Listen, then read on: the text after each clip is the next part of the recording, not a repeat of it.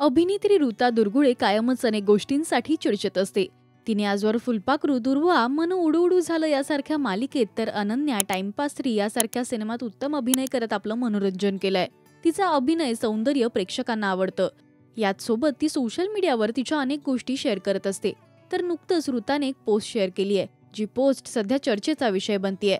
ज्यात लिहिलंय, जे लोक माझं आयुष्य पाहतात आणि त्याबद्दल गॉसिप करतात त्यांनी अजिबात थांबू नका, कारण माझ्या आयुष्याचा दुसरा भाग सुद्धा लवकरच तुमच्या भेटीला येतोय. ऋताने असं का लिहिलं असेल असा प्रश्न अनेकांना पडलाय. अभिनयासोबतच ऋता स्पष्ट वक्तेपणासाठी सुद्धा ओळखली जाते. आजवर तिने अनेक विषयांवर तिचं मत मांडलंय.